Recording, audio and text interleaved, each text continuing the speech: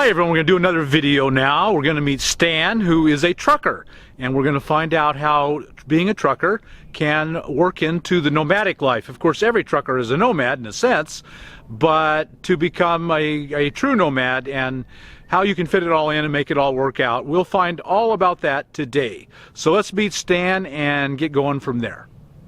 So Stan, say hello. Hello. And this is your truck. Yes, sir. And you are a nomad, because every trucker is in a sense a nomad. Correct. Yeah. It's kind of a nomad lifestyle too. And so tell us, how long have you been doing it? 30 years. Next month will be 30 years. 30 years, that's a long time. And you probably got a mile or two under your belt.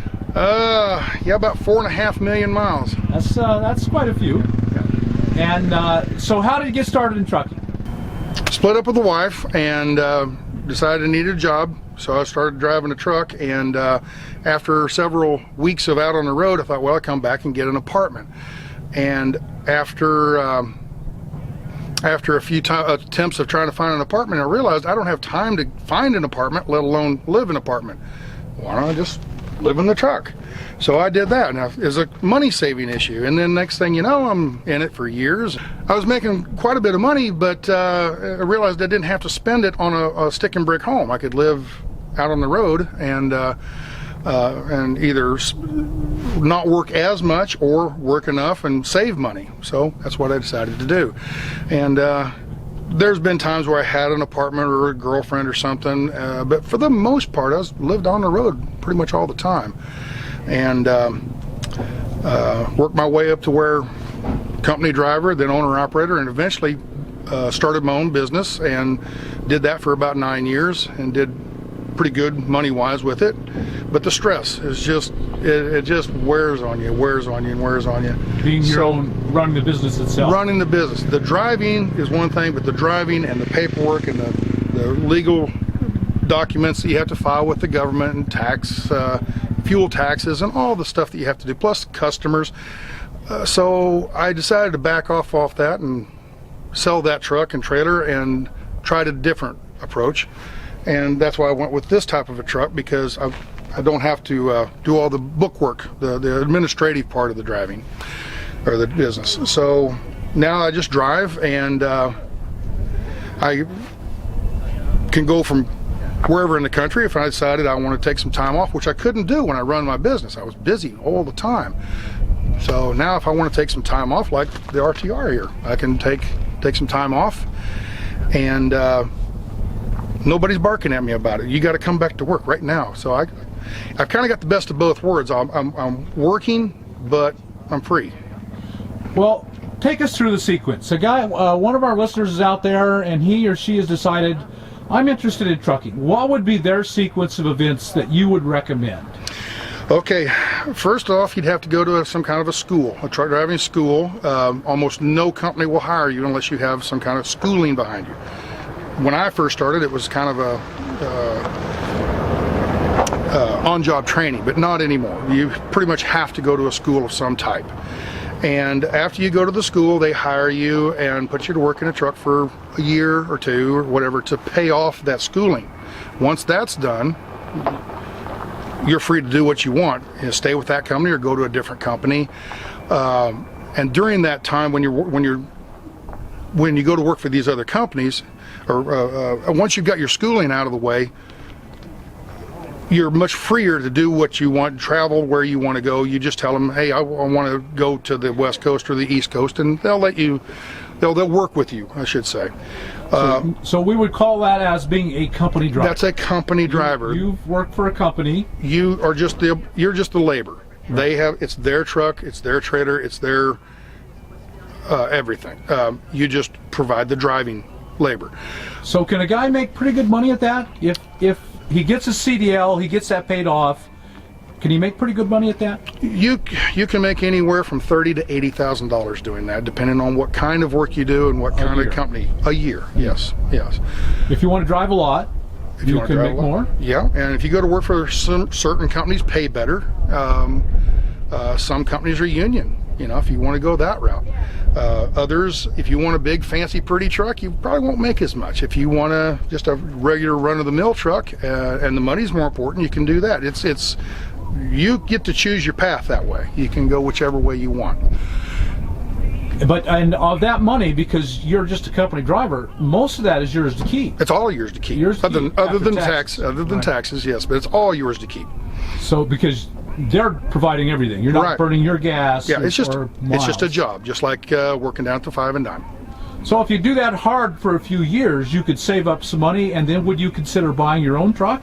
Then you can, if you would like, you can buy a truck. You get into the you owe bills now because you bought the vehicle, but you make more money, a lot more money, and it offsets the payments.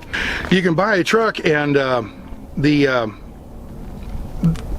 your revenue goes from 30 to 50,000 or 60,000 or whatever, up to 150,000. But the truck cost 80,000. So what you're left with is maybe 80,000. It's a business. When you buy the truck, it's a business. You're not just an employee anymore. You're a business now.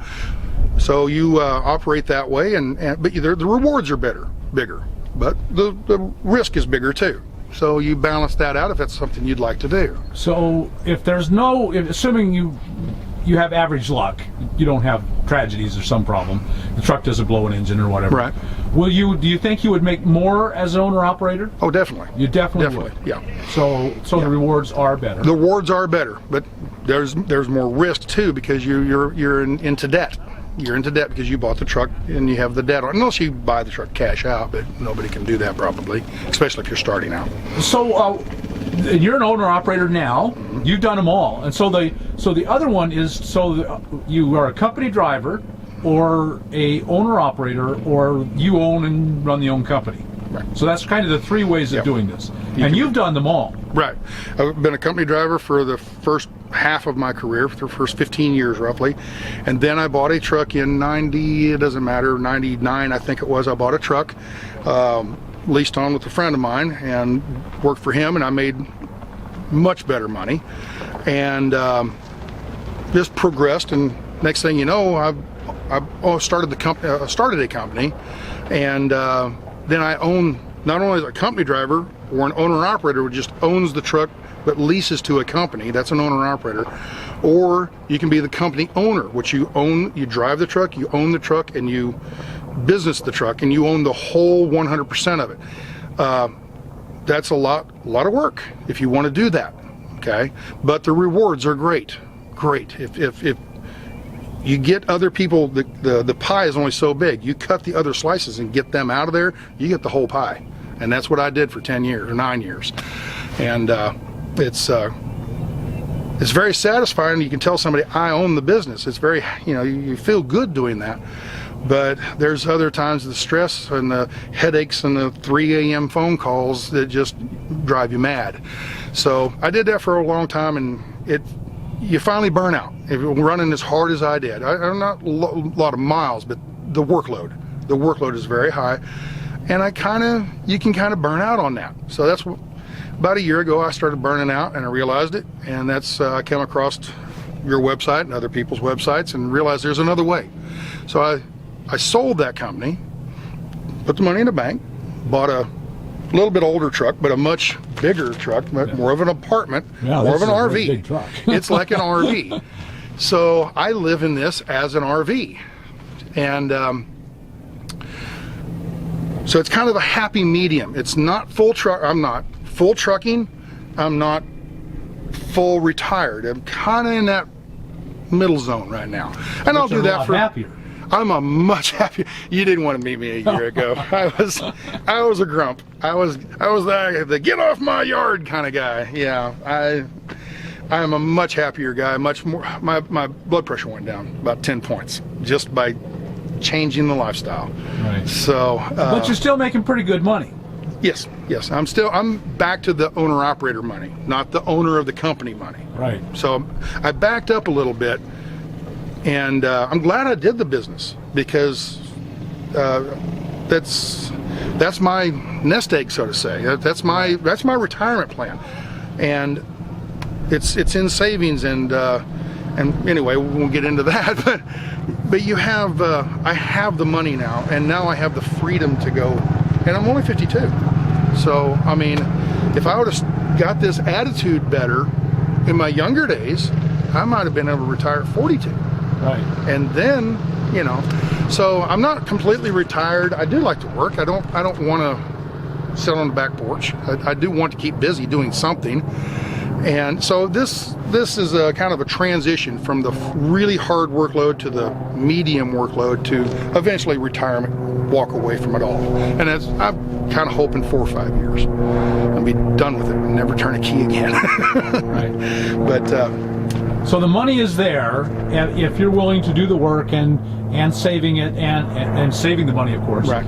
And which is the hard part for a lot of us, is saving the money. You get it in and it just runs through our fingers like water. Corvettes and motorcycles were my problem. Yes. I think we all have a weakness in there somewhere. And you know, I look back at my lifetime, and I've just been an average worker, and I think I've made $1 million over my lifetime and didn't have a penny of it. Yeah. So I think that's far too typical. Yeah, everybody makes $1 million. They just don't. They spend it all. Yeah, they just spend it all. So, so you would say this is a really good option for the average person who wants to drive, wants to travel, and fit in and save money, and then fit in some free time anyway. So as a company driver, you can tell you want to take off. The company drivers, yeah, you just tell them, hey, I want to take some time off, and they'll let you take time off. Now, the truck you've been driving, they got to keep it running. So they'll put it off into another driver, and you might take a month or 2 months or 6 months. Go off, do what you're going to do, and then when you come back, they'll put you back in another truck, a different truck, same quality, same type of truck, and you just go back to work.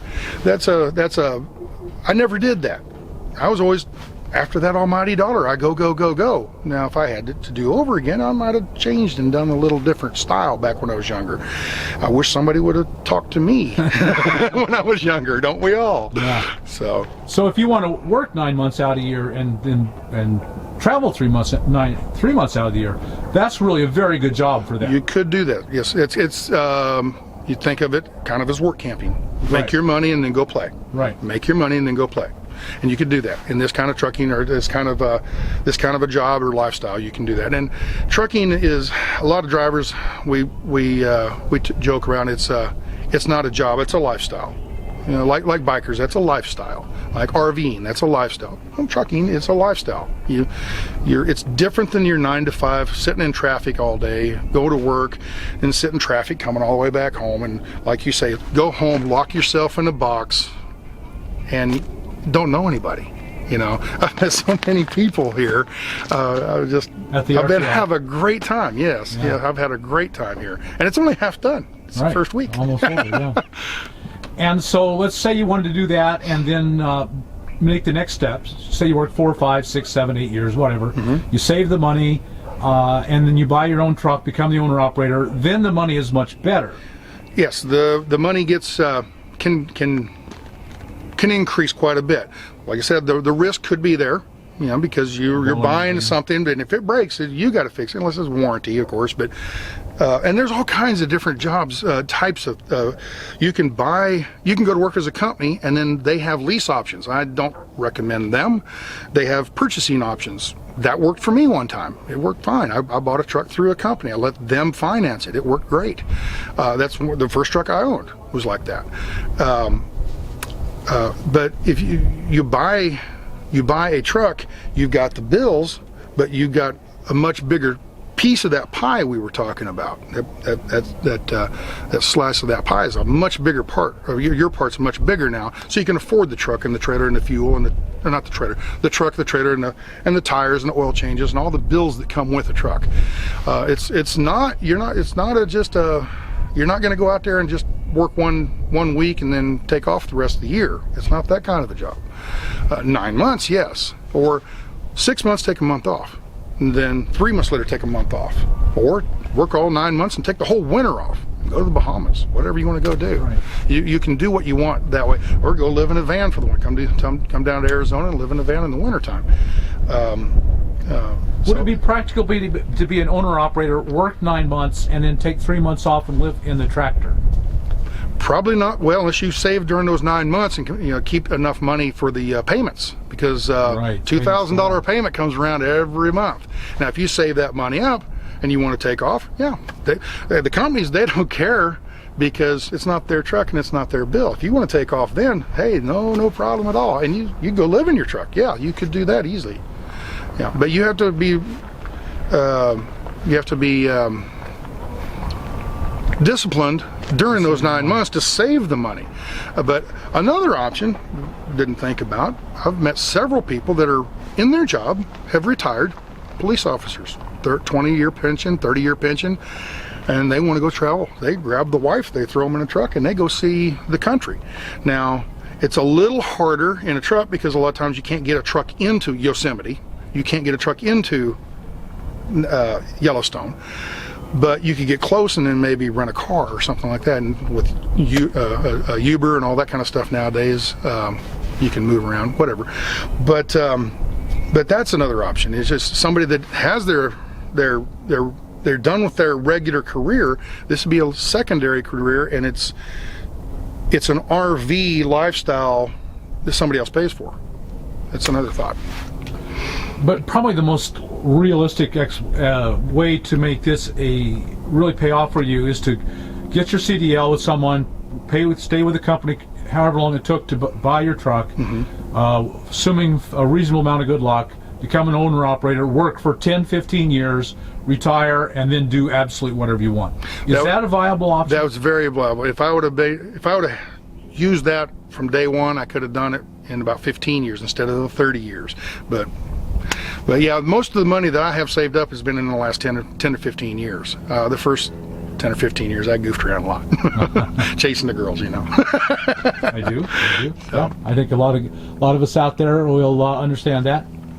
Okay, so there is a way to make the trucking, and there's a big demand. Is there for trucking still? If you want to get into a career that you'll never be hoping you had a job, trucking, they're always wanting truckers, always. I mean, it's a very what's the word? It's a very in demand job, very in demand. Right. So it's a good job. You can get it. You can make good money at it and save, or make good money at it and take some time off and enjoy. Right. That would be your choice. Right. And as opposed to working 6 to 9 months in the beet harvest in Amazon, you would say it's probably a better job. That's why I'm still doing this, because if I was to go do the work camping stuff, the amount of money you make in work camping over the year, I can make that in months, and then take the rest of the year off. Right. I mean, or if you want to just save your money, you can save up money in 3 years what it would take you 10 years doing the work camping stuff, because that's kind of the lower paying. This is better, much better paying. I mean, most owner operators I know are up in the $80,000 to $90,000 or $100,000 after all the expenses. That's what they put in their pocket to take home, and that's the kind of money you can make here. Right. Wow. That's quite good. Right. It's very good, and that's why you can get in, do this kind of a job, and be frugal with your money, or disciplined with your money. And that's what I didn't do. I wasn't disciplined for many years, and now I am. And so. A youth, huh? Yeah. If somebody would have just sat down with me. Dad tried to. Yep.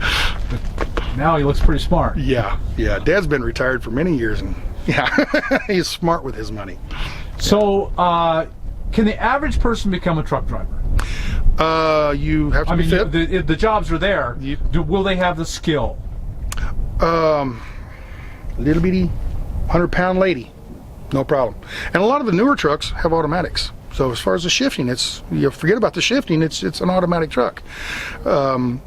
So yeah, just anybody. I've met some of the most petite little women in the world and the biggest men in the world. Any physical size will work. Disabilities, of course. You have to have both eyes.